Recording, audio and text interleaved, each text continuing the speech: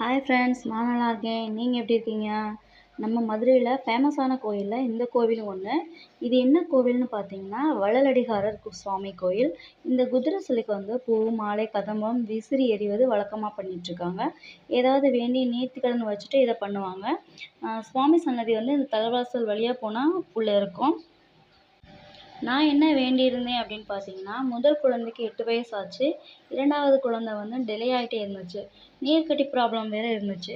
So இதெல்லாம் சரியாகணும் அப்படின்ட்டு வேண்டியிருந்தேன். மறு வருஷமே நான் கர்ப்பமாக இருந்தேன். போன வருஷம் என்னால் எங்கே வர முடியல. மதியம் 12 மணிக்கு உச்சிக்கால பூசை நடக்கும். அந்த நேரம் கர்ப்பிணி பெண்கள் இருக்கக்கூடாது. அதனால் என்னால் வர முடியாமல் போச்சு. இந்த வருஷம் இந்த திருவிழாவுக்கு குடும்பத்தோடு நாங்கள் வந்திருக்கோம். 2வது பாப்பாவுக்கு வந்து 8 மாதம் ஆகுது. அவள் தூங்கிட்டா. அதனால் வீடியோ ஷூட் பண்ணுறதுக்காக நாங்கள் மட்டும் வந்தோம். அவளை வேனில் விட்டுட்டு வந்துட்டேன். நீங்களும் டைம் கிடைக்கும்போது இந்த கோயிலுக்கு போய் வள்ளலடிகாரர் சுவாமியை தரிசனம் பண்ணிட்டு வாங்க. இந்த சுவாமி அருள் உங்களுக்கும் கிடைக்கட்டும். நான் என் சப்ஸ்கிரைபர் அனைவரும் நல்லா இருக்கணும்னு தான் வேண்டிட்டு வந்திருக்கேன். இதே மாதிரி நான் தொடர்ந்து வீடியோ போட ஆதரவு தருவீங்கன்னு நம்புகிறேன். இவ தான் என் பெரிய பொண்ணு. 8 வயசு ஆகுது. இவ என்னோட குட்டி பேபி 8th மந்த் ஆகுது. ஓகே, பாய். நெக்ஸ்ட் வீடியோவில்